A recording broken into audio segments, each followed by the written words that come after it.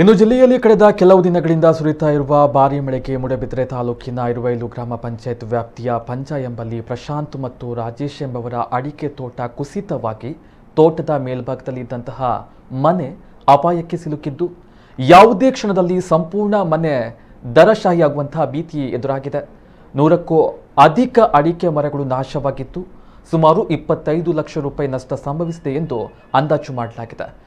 ಕಳೆದ 2 ವರ್ಷಗಳ ಹಿಂದೆ ಗುರುಪುರದ ಮಠದ ಗುಡ್ಡೆ ಕುಸಿದ ರೀತಿಯಲ್ಲಿಯೇ ಇಲ್ಲಿ ಕೂಡ ಕುಸಿತವಾಗಿತ್ತು. ಮನೆಯ ಅಡಿಭಾಗದ ಮಣ್ಣು ನಿಧಾನಕ್ಕೆ ಕೆಳಕ್ಕೆ ಜಾರ್ತಾ ಇದ್ದು ಮಳೆ ಇದೇ ರೀತಿ ಮುಂದುವರೆದಲ್ಲಿ ಮಣ್ಣು ಇನ್ನಷ್ಟು ಕುಸಿದ್ರೆ ಸಂಪೂರ್ಣ ಮನೆ ಕೆಳಕ್ಕೆ ಜಾರುವಂತಹ ಸಾಧ್ಯತೆ ಇದೆ. ಮಣ್ಣು ಕುಸಿಯುವ ಬಗ್ಗೆ ಅರಿವಿಗೆ ಬರ್ತಾ ಇದ್ದಂತೆಯೇ ಮನೆಯನ್ನ ಖಾಲಿ ಮಾಡಿದ್ರಿಂದ ಯಾವುದೇ ಅನಾಹುತವಾಗಿಲ್ಲ.